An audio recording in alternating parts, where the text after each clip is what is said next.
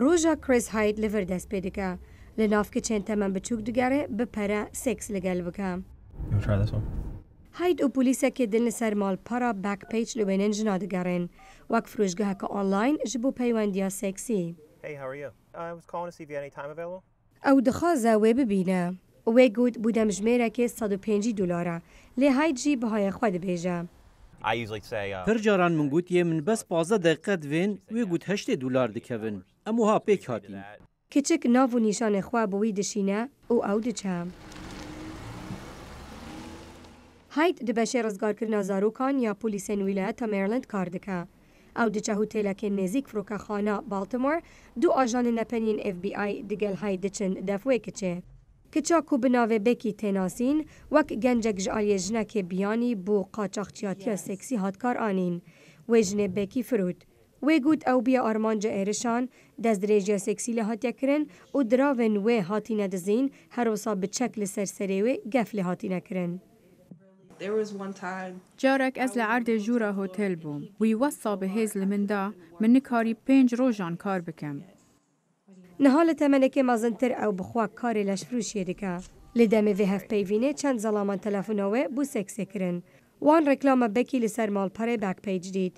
Teknolojiyeka ku agahiyên li ser kirîna seksî nîşan nade.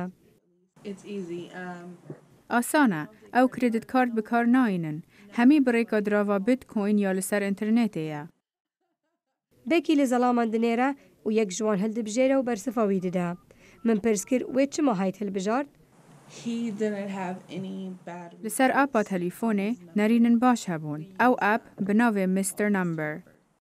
Leşfirûş nêrînên xwe li ser van zalaman didin û wan zaneriyan li ser appê parve dikin. Taybetî eger ew zordar bin û perey nedin. Bekî neha desteserkirin ji ber ku armanca polîsan rizgarkirina kiçên temen biçûk e. Berê bibe şef polîs diçin def yek kiça din. Ew çûn hotêleka din. Ajanên veşartî di du otomobîlên din dane. Ev rewşa xeterin. Ji ber hindê divêt hişdar bimînin. Piştî demjimêrek û nîvan hay dizivire. Wî got kiçeka 15 salî li wir bû ji aliyê xuşka xwe ve ya 23 salî bû seks têd firûtin. Roja paştir xuşka mezin tê desteserkirin û ya 15 salî bi firokê diçe mal. Eger em bikarîn alîkariya van keçan bikin ku qet karên wiha nekin, ev dê bibe cihê giringî pêdanê. Hêşta gelek kiç li benda rizgarkirinê ne. Lê îşev kiça temen biçûk ya çilê ye ku ji aliyê hayd ve hat rizgarkirin.